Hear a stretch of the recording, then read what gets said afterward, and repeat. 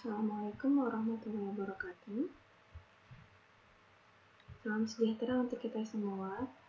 Selamat datang. Ini presentasi tentang materi kuliah Lab Akuntansi dengan pertemuan pertama membahas tentang jurnal perusahaan jasa.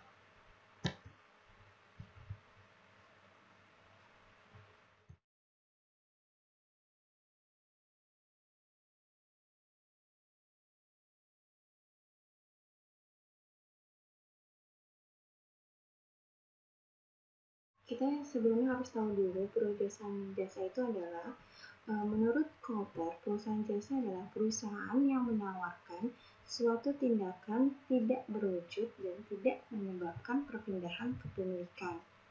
Contoh perusahaan jasa seperti perusahaan profesi, itu jasa konsultan atau jasa hukum seperti advokat, terus travel, instalasi dan reparasi, jasa pendidikan seperti sekolah dan perkuliahan, penginapan, terus layanan komunikasi dan perawatan tubuh seperti salon. Karakteristiknya, perusahaan jasa itu menjual jasa, tidak menyediakan produk fisik, hasil tidak dapat disamakan antara perusahaan jasa yang satu dengan yang lainnya, dan tidak ada HPP dalam laporan keuangan, dan tidak ada standar harga umum karena mereka mempunyai karakteristik masing-masing. Siklus akuntansi perusahaan jasa hampir sama dengan perusahaan lainnya, hanya sedikit berbeda dan lebih simpel. Biasanya yang pertama adalah identifikasi dan analisis transaksi atau penggolongan, terus kemudian kita jurnal dalam jurnal umum, kemudian diposting dalam buku besar, terus selanjutnya adalah membuat neraca saldo, jurnal dan neraca saldo penyesuaian, kemudian buat neraca lajur, kemudian buat laporan penyusutan laporan keuangan, terus selanjutnya dengan proses penutupan. Setelah penutupan kita jurnal balik, kemudian timbul neraca akhir atau menciptakan saldo awal untuk periode selanjutnya. Jadi dalam proses tadi kita harus tahu identifikasi dan analisis transaksinya. Kita harus tahu tentang penggolongan dalam akuntansi itu sendiri, seperti aset, liabilities atau yang kita kenal dengan hutang, equity atau modal, revenue atau pendapatan, dan expense atau beban. Aset itu terdiri dari kas, piutang usaha, piutang lain-lain, perlengkapan usaha, tanah, bangunan, dan kendaraan, dan aset tetap atau aset tidak tetap lainnya. Biasanya diawali dengan cuan nomor 1, chart of account atau akun rekening nomor 1. Liabilities itu terdiri dari hutang usaha, hutang lain-lain, dan hutang bank atau hutang pajak. Biasanya diawali dengan chart of account nomor 2. Kemudian ada equity, itu modal usaha, ada juga pride dalam tersebut, ada juga laba ditahan, biasanya diawali dengan cuan nomor 3. Selanjutnya ada revenue. Revenue itu pendapatan, ada pendapatan usaha, pendapatan sewa, atau pendapatan lainnya mungkin. Cuannya adalah diawali dengan nomor 4. Dan yang terakhir adalah beban atau expense, biaya-biaya dalam perusahaan seperti biaya gaji, biaya listrik, biaya iklan, biaya sewa, biasanya diawali dengan cuan nomor 5. Analisis transaksinya biasanya dalam akun itu menyebabkan kita harus tahu bertambah pada posisi apa dan berkurang pada posisi apa. Seperti akun aset, bertambah pada posisi debit dan akan berkurang pada posisi kredit. Saldo normalnya adalah di posisi debit. Kemudian akun liability atau hutang bertambah di sebelah kredit, berkurang di sebelah debit, dan saldo normalnya adalah kredit. Akun equity atau modal bertambah di sebelah kredit, berkurang di sebelah debit, dan saldo normalnya adalah kredit. Akun revenue atau pendapatan bertambah di sebelah kredit, berkurang di sebelah debit, dan saldo normalnya adalah di saldo tepat di kredit. Expense atau beban bertambah di sebelah debit, berkurang di sebelah kredit, dan saldo namanya di posisi debit. Saya ringkas seperti ini. Untuk Mas dan Mbak semua yang lihat, tolong diingat-ingat untuk posisi debit dan kredit saldo awal ini. Nah, kita langsung saja ke contoh soalnya. Eva Ismaira & Partner adalah perusahaan yang bergerak di bidang jasa profesi advokat atau pengacara. Kantor pengacara didirikan pada tanggal 1 Agustus 2018 oleh dua bersaudara, berkantor di Tempo Tower Jalan Rasuna Said, Jakarta Selatan. Pemilik modal adalah Ibu Isma, memiliki uang sebesar 500 juta, dan Ibu Ira memiliki uang sebesar 300 juta. Data tahun 2018 adalah sebagai berikut. Data transaksi selama 2018 bisa dilihat ya. Kita persingkat saja. Saya hanya persingkat sampai 7 transaksi sebagai contoh. Dan tadi akun yang tadi, klasifikasi golongan, kita harus buat daftar akunnya, yaitu untuk kas nomornya 111, seperti tadi, bahwa aset itu kepala 1, demikianlah daftarnya. Terus hutang kepala 2, ada modal kepala 3, pendapatan diawali dengan nomor 4, dan beban diawali dengan nomor 5. Kita mulai soalnya. Pertama adalah Ibu Isma dan Ibu Ira menginvestasikan uang tunai 800.000 dan peralatan 100.000. Dia menginvestasikan uang, berarti uang adalah kas. Kas itu masuk dalam aset atau aktiva. Aktivanya bertambah. Peralatan adalah aset atau aktiva. Aktivanya bertambah. Di posisi, tadi kalau rumus yang sebelumnya, aset bertambah di posisi debit. Oke. Kemudian itu sebagai modal. Dia menginvestasikan. Modal itu bertambah di posisi kredit. Jurnalnya seperti ini. Biasakan sebelum jurnal umum kita menulis judul perusahaannya dulu, kemudian judul laporannya, jurnal umum, kemudian periode pelaporannya, periode 2018. Jangan lupa sebelah pojok kanan atas juga ditulis halamannya. Halaman 1, 2, dan seterusnya. Karena biasanya laporan keuangan itu tidak hanya satu halaman, dan saat di print biar tidak tercecer perlu dibutuhkan halaman. Ini standar umumnya. Dalam jurnal hanya ada 5 kolom, ada tanggal, nama rekening, akun, terus ada jumlah debit dan kreditnya. Tanggal 8 Agustus, kas, nomor akunnya 111, ditaruh sebelah debit 800.000 dan kreditnya 0. Peralatan bertambah, nomor akunnya 1141, debitnya 100.000, kreditnya 0. Modal, akunnya 3100, debitnya 0 karena dia bertambah di posisi kredit. Totalnya 800 tambah 100 adalah 900. Lanjut ke soal 2. Dia membayar sewa gedung 500 juta dan listrik 10 juta. Membayar sewa itu berarti beban. Bebannya bertambah 500 juta dan beban listriknya bertambah 10 juta. Beban bertambah di posisi debit.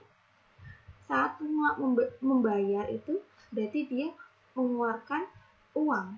Kas berkurang di posisi kredit. Maka jurnalnya adalah tanggal 15 Agustus, beban sewanya coannya 5101, beban bertambah di posisi debit 500 juta, kreditnya 0, beban listrik coannya 5102, bertambah di posisi debit 10 juta, terus kasnya berkurang, kostit akunnya 111, debitnya dibuat 0, tapi kreditnya kan kasnya berkurang. Kas berkurang di posisi kredit sebesar total 500 tambah 10, 510 juta.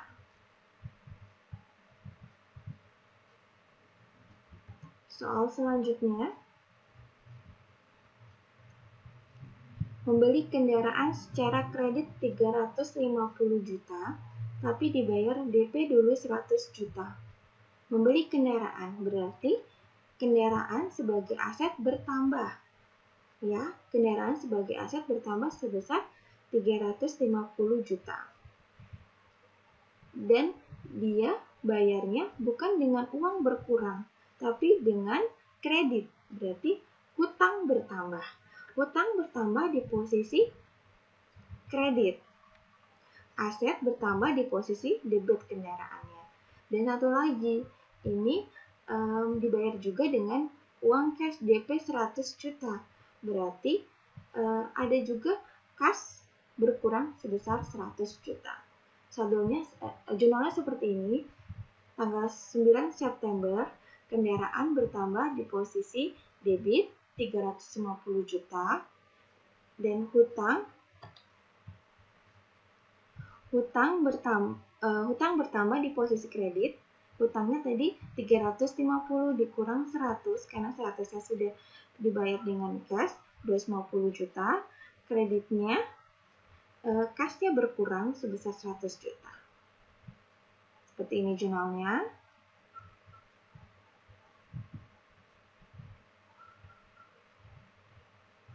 Soal selanjutnya,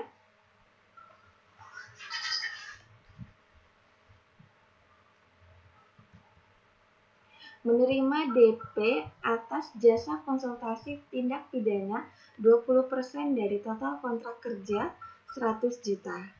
20% dari 100 juta adalah 20 juta. Menerima DP jasa berarti kita mendapatkan pendapatan. Pendapatannya adalah seharusnya 100 juta, tetapi dia baru menerima 20 juta. Kas bertambah sebesar 20 juta, revenue atau pendapatan bertambah sebesar 100 juta, tapi dia juga masih punya piutang. Piutang bertambah di posisi debit sebesar 80 juta. Demikian jurnalnya, jurnal September tanggal 15, kas debitnya 200, piutangnya di debit juga 80 juta. Tadi kas debitnya 20 juta, piutang usaha debit 80 juta, pendapatan usaha bertambah di posisi kredit ya 100 juta. Karena tidak muat, jadi kita ditutupkan dengan buat kolom lagi di baris bawah, dipindahkan kita total. Kita masuk ke halaman selanjutnya.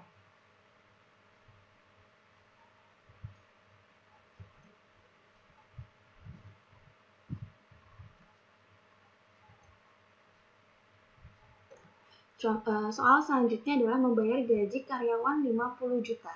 Membayar berarti mengeluarkan uang. Mengeluarkan uang berarti kas berkurang. Kas berkurang di posisi kredit. Ini beban. Bebannya bertambah. Beban bertambah kita bayar di posisi debit sebesar 50 juta. Jurnalnya di halaman sebelumnya kita sudah totalkan 1.860.000. Nah, itu kan halaman pertama dan ini dipindahkan ke halaman kedua. Seperti ini jurnalnya, Oktober tanggal 28, beban gaji di posisi debit 50 juta, kas di posisi kredit 50 juta. Soal selanjutnya, menerima pelunasan atas jasa konsultasi perkara pidana 80 juta. Ingat yang sebelumnya dia ada pendapatan atas jasa konsultasi, tetapi baru dibayar oleh vendor, oleh customer sebesar 20 juta. Berarti masih ada piutang yang belum dibayarkan. Piutang berkurang. Piutang berkurang berarti di posisi termasuk dalam aset. Aset berkurang di posisi kredit. Ada kas yang masuk, kas bertambah di posisi debit. Jurnalnya seperti ini. November tanggal 20, kas bertambah di posisi debit 80 juta, piutang usaha berkurang di posisi kredit 80 juta.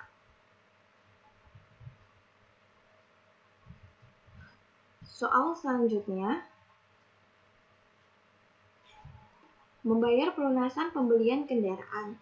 Sebelumnya, kita ada jurnal bahwa perusahaan membeli kendaraan secara kredit 350 juta, tapi sudah dibayarkan 100 juta, kita masih punya utang kepada dealer 250 juta.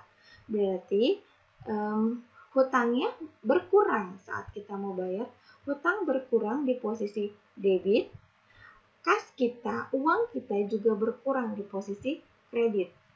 Maka jurnalnya ada seperti ini, Desember tanggal 15, hutang usaha berkurang kan di posisi debit 250 juta, kas berkurang juga di posisi kredit 250 juta. Akhirnya jurnal umumnya seperti ini, kita totalkan jumlahnya dan harus sama ya antara posisi debit dan posisi kredit. Totalnya adalah 2.240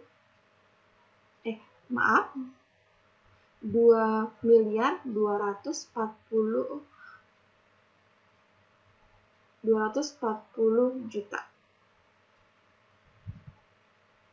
Demikian kelas hari ini, semoga bermanfaat. Jika ada yang kurang, mohon dimaafkan. Wabillahi taufiq wal hidayah. Wassalamualaikum warahmatullahi wabarakatuh.